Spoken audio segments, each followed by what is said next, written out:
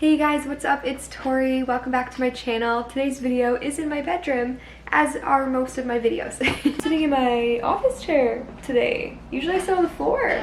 I'm sitting in an actual chair today, guys. Today's video is going to be about marijuana. Turn back to purple. Come on. There we go. I thought that I'd share my tips with those of you that wanted to smoke weed for the first time. I think this is a good place to start my series on videos about weed, the wondrous world of weed, the magical world of marijuana. Don't ask me why I say marijuana. It just comes out that way. So as much as I would love to smoke weed on camera with you guys, I don't really think that YouTube will allow that. I know that they allow it, but it's not good for like monetization or advertising, so I can't be doing that on camera. Maybe when I grow my following a little bit more on here, I'll have a Patreon so I can actually smoke with you guys or do some sort of like live stream, whatever. Can I do an OnlyFans just for smoking weed? As we speak right now, my channel is at 840 subs, so we need 1,000 for monetization. If I could actually monetize this, it'd be fantastic because then I could make more content for you guys and I wouldn't have to work a full-time job.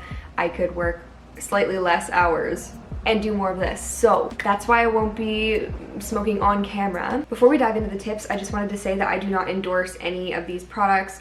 And please, if you are going to be smoking, do it within reasonable limits. Don't be silly, do not get behind the wheel. I don't know what other kind of disclaimer I need to keep AdSense on this video, even though I don't really have it yet, but you know what I mean. But yeah, please just be smart. I do not endorse any of these products, and also where I live in Canada, it is 100% legal. So, also if you're underage, get the heck off my video. What are you doing? Okay, they're gone, you can come back. If you're underage and you're smoking for the first time, I'd rather you stay here and listen to me because then at least you know what you're getting yourself into and you're not gonna go out on the streets with your friends and just, it'll be a mess. So if you're underage, I really don't condone you doing this, even though I did when I was underage, but just please stay and listen to the tips, okay? Thanks. I'm gonna try to make this video to the best of my ability. When I'm high, you will learn what kind of stoner you are, and I'm not a high functioning stoner, specifically because I do like indicas. What we're smoking today is Redecan Reddies. I actually love these. They come in like a 10-pack of just little pre-rolls, and they're very discreet. They look like little cigarettes, you know, and they're just little pinners. They're like 0.3s, I think, so they're really small. I'm gonna run outside, spark this baby up, and I will be right back. Do you see the difference in me? I smoked the whole thing. I was only gonna smoke half. So the first thing that I wanted to discuss, oh, this video is gonna be so difficult to make right now. The first thing that I wanted to discuss was indica versus sativa. This alone can determine your entire first experience as bad or good, because I know that some people have a lot of negative feelings towards sativa, and sativas can be great. However, I would never recommend a sativa for somebody's first time. I would always go like hybrid or indica, because sativa is the one that is more cerebral, it's creative. This is the one that's more likely to make you actually want to get up and do things. And then there's indica, or couch, which is what we said at the dispensary. It's more likely to make you tired, want to take a nap, you know. It's definitely more of a body high. However, as somebody who does get anxiety from sativas sometimes, I find that a lower THC level sativa can be really, really nice and actually fuel my creativity. And it gets me going when I need that extra little boost, you know? That being said, THC is the component that actually will get you high in the marijuana. So if a THC percentage is 20%, that's a pretty high percentage. That's a decent percentage.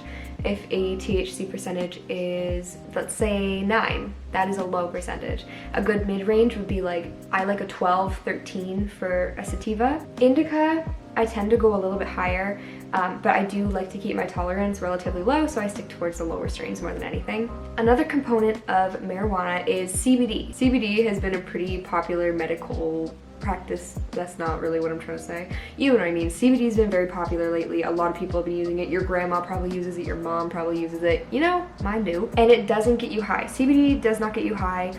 You are legally allowed to drive on it. And CBD can also be found in strains of weed that have THC. So THC is known to have like a relaxing effect. People use it for anxiety, arthritis, any type of like muscle soreness or whatever. However, I am not a medical professional and I cannot disclose or tell you how to use CBD or any type of marijuana product, which is also something we had to say at the dispensary, but I'm saying it right now because it is very true. These are all things that it could allegedly help with. I'm not saying it will help with any of it or it won't, okay? But do your research, look it up. Take a look at what the benefits of CBD is according to science. Actual scientists, PhDs, not some college dropout. Also, if you didn't already know this, if you are too high, CBD can actually make the effects like reverse a little bit. Like it can speed up the process of your body breaking down the cannabinoids. I'm saying this and bro, I'm saying this and I'm having like an out of body experience right now, just like listening to myself as if I'm watching my YouTube video right now because I'm looking at the viewfinder. And God, I'm really high. I forget where I was going with that. Next point. Now we're going to talk about timing and setting. So the high will last differently for every person. Like some people it only lasts them less than an hour or around an hour. Other people it takes them like the whole day. And then you also have to account for the burnout period. Now not every strain is going to give you burnout and not every person feels burnout per se, but if you're somebody like me who does, you definitely want to make sure that you account for that. That's why I don't smoke in the mornings, because if I did that by like 5 p.m. I'd be ready for bed and nobody wants that. Make sure you're in a place where you feel comfortable. Make sure you're with people that make you feel comfortable. You don't want to be put in a situation where you could have some high anxiety or like paranoia and you aren't comfortable in the place that you're at. So like for example, my bedroom. This is a nice comfy spot. We got the vibe lights, we got a spinny chair. However, danger lurks, because if you were to come into my room right now and we were to smoke weed for the first time together, I feel like you would be uncomfortable because look how disgusting it is. I just filmed a try on haul, so it's messy. But anyway, you kind of get my point or whatever. Like, make sure wherever you are, it's a place where you feel comfortable and you're with people that you can feel comfortable with. Also, preferably smoke with or in the presence of somebody who has smoked and is experienced and knows what they're doing, because honestly, some people when they first start smoking, they don't inhale properly. Actually, I feel like that's most people don't actually fully inhale it, and you could just be completely doing it wrong, or you might need help, or like honestly, if you freak out, at least you have somebody there and like they can kind of help you and stop you. Just make sure it's somebody that you trust and not someone who's going to push you way too far and think that it's funny. Which can also be a good time because you can't like die from this. Not that I'm a doctor and I'm telling you what you can and can't die from. And now we're going to talk about methods. We got bongs, we got pipes, we got papes, we got bubblers, we got a lot of different ways. You can do that out of an apple. I could probably make a pipe out of this pumpkin. Oh. Yeah. Oh man, I need my notes for this, guys. I wrote notes out for each of these and I just want to make sure I'm getting them right. First of all, pipe. Most predictable. It's a measurable method. And honestly, that's very true because you got the little bowl, so it's like the same amount every time. And you can visibly see how much you're putting in because it's just this tiny little bowl and you just pack as little or as much as you want. Then there's the bong. For a bong, I would say not good for first timers. I still don't like to use bongs. Like I use my friend's mini bong.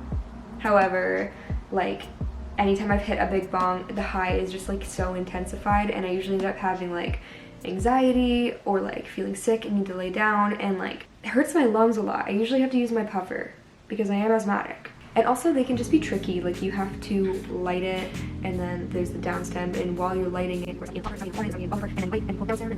it's a lot. It's just a lot. So all in all, I wouldn't recommend that to a first timer. Next up is the joint.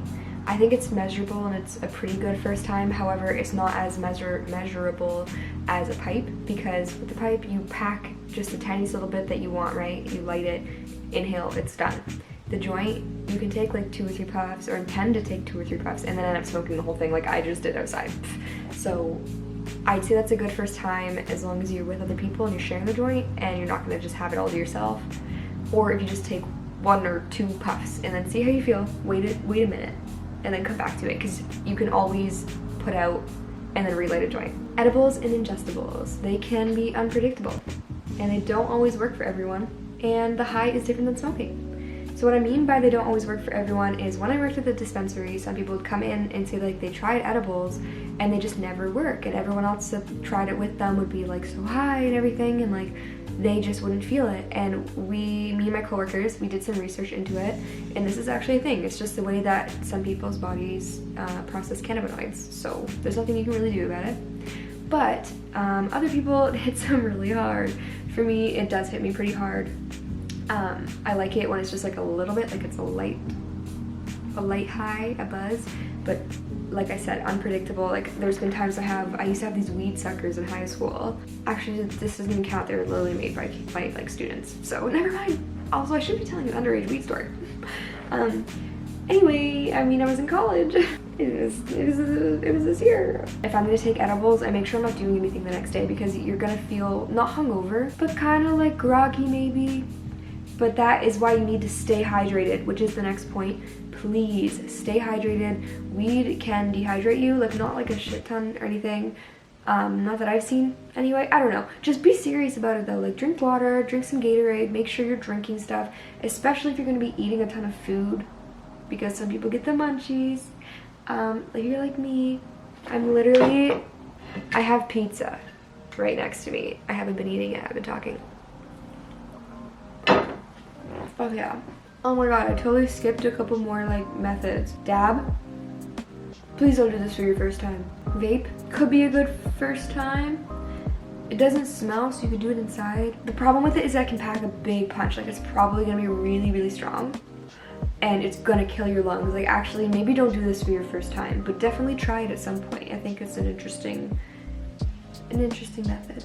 And don't be afraid to cough. Man, we all cough. I still cough. It doesn't no matter how experienced you are, you're probably still gonna cough sometimes.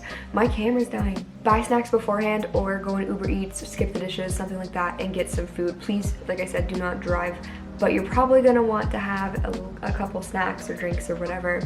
So make sure you stop by your local convenience store before you smoke. If you're starting to feel anxious or don't know what to do, make sure to listen to some music that you like or turn on a movie. I like to watch Bob's Burgers.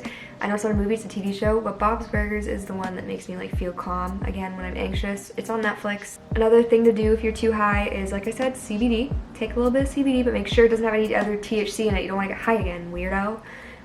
Take a hot shower, steam it out, let it detox, and take a nap. And honestly, I'm kind of rushing the end of this video, but that is what you do if you are too high, or just try to relax. You're not gonna die. Lay down, take some deep breaths, just get real zen, sit next to something green, let it charge you. Yeah, that's it. I really hope that you found some helpful tips in this video, and I'm excited to share more weed videos with you guys in the future. So make sure you subscribe for those. If you have any suggestions, please let me know, and I will see you next time.